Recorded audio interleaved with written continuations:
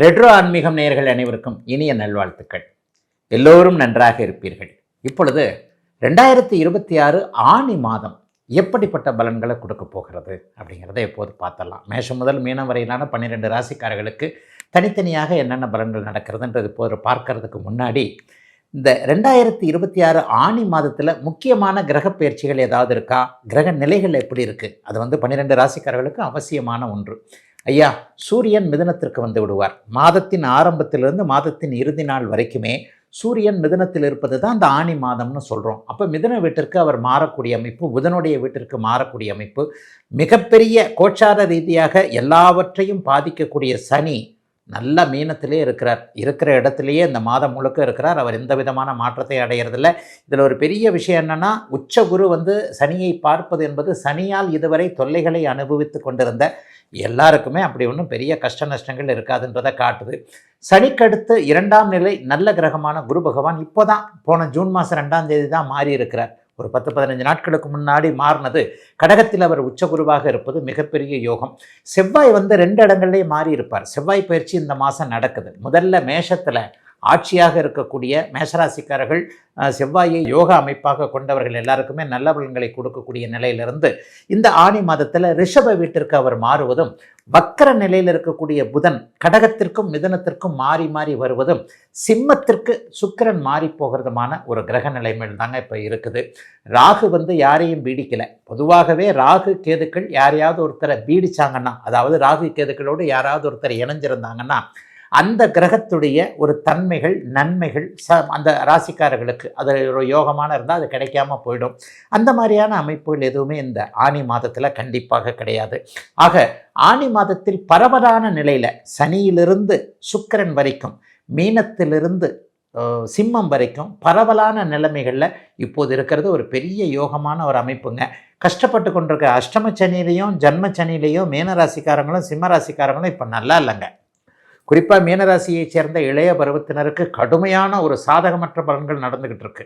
அதே மாதிரி சிம்ம ராசியில் பூரம் நட்சத்திரத்தில் பிறந்தவர்களுக்கு போன மாதத்துலேருந்து டைம் நல்லா இல்லை. அதுக்கு முன்னாடி மக நட்சத்திரத்தில் பிறந்தவர்களுக்கு பெரிய ஒரு மாதிரியான இக்கட்டுன்னா என்னங்க, அவரவருடைய பிறந்த ஜாதக அமைப்பிற்கு ஏற்றார் போல் முன்னால் போனால் கடிக்குது, பின்னால் போனால் உதைக்குதுன்ற ஒரு நிலைமைகள் கண்டிப்பாக இருந்து வந்தன. அந்த நிலைமைகள் எல்லாம் இப்போது ஆனி மாதத்தில் ஓரளவிற்கு சனியை உச்சகுரு பார்க்கிற காரணத்தினால ஒரு கட்டுக்குள் இருக்கக்கூடிய அமைப்புகள் தாங்க நிச்சயமாக இருக்கிறது.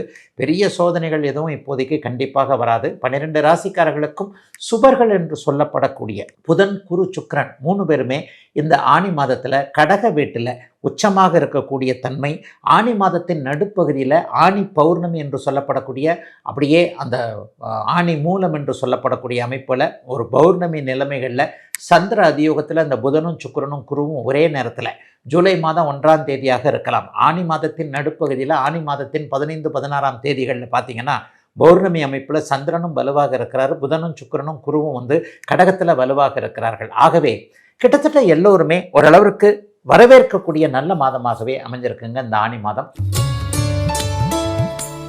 மீனராசிக்காரர்களுக்கு பெரிய அளவில் நன்மைகள் இப்போது கண்டிப்பாக எதிர்பார்க்கலாம்.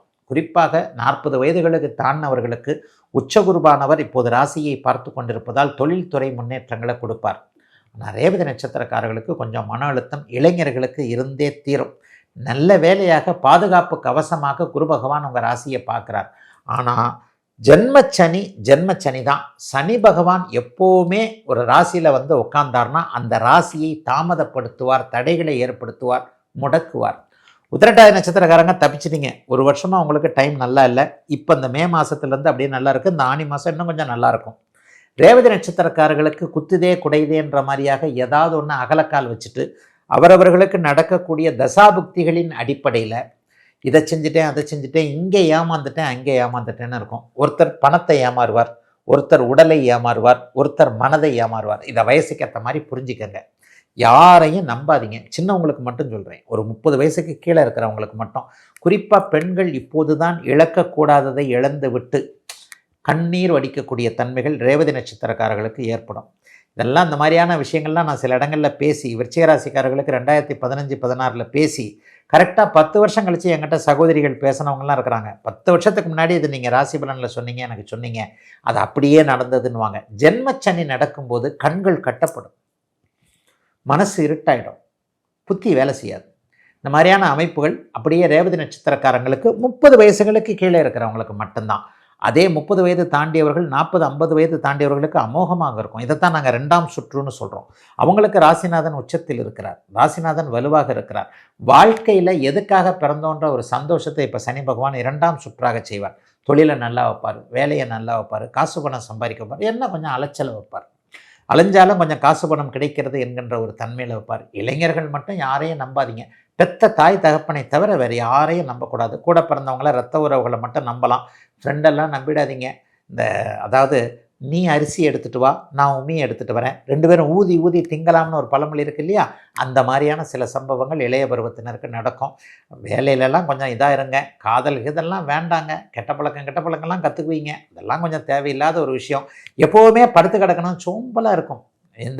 எந்திராடேன்னு அம்மா அப்பா ஏதாவது சொல்லி ராத்திரியில் தான் வேலை செய்ய பிடிச்சி வீட்டை விட்டே வெளியே வராமல் பிடிச்சி இப்படிலாம் நிறைய ரேவதி நட்சத்திரக்காரர்களுக்கு நடந்துக்கிட்டு இருக்கு. போன வருஷம் உத்திரட்டாதி நட்சத்திரக்காரர்களுக்கு நடந்தது. மீனராசிக்கார இளைய பருவத்தினருக்கு மட்டும் கொஞ்சம் சோம்பல் இருக்கும். எதையும் விட்டேத்தியான ஒரு மனப்பான்மையோடு கொஞ்சம் மந்தமாக இருக்கக்கூடிய அமைப்புகள் உண்டு. ஆனால் 50-40 வயசுக்கு மேற்பட்டவர்களுக்கெல்லாம் இது இருக்காதுங்க. அவர்களுக்கு தொழில்துறை நல்லாயிருக்கும், வேலை நல்லாயிருக்கும், வேலையில் சம்பள உயர்வு கிடைக்கும், குடும்பத்தில் நிம்மதி இருக்கும், சொத்து சொகுல் சேர்க்கை வரும். ஆனி மாதம் நல்ல மாதம். 5ஆம் இடத்துல பஞ்சமஸ்தானத்தில் அதிர்ஷ்டஸ்தானத்தில் 3 சுபர்கள் ஒன்று கூடுறாங்க. கஷ்டப்பட்டாலும் அதற்கான பலன் இருக்கக்கூடிய மாதமாக அமைந்திருக்குதுங்க. மீனராசிக்காரர்களுக்கு வயதிற்கு ஏற்றாற் போல இந்த ஆனி மாதம்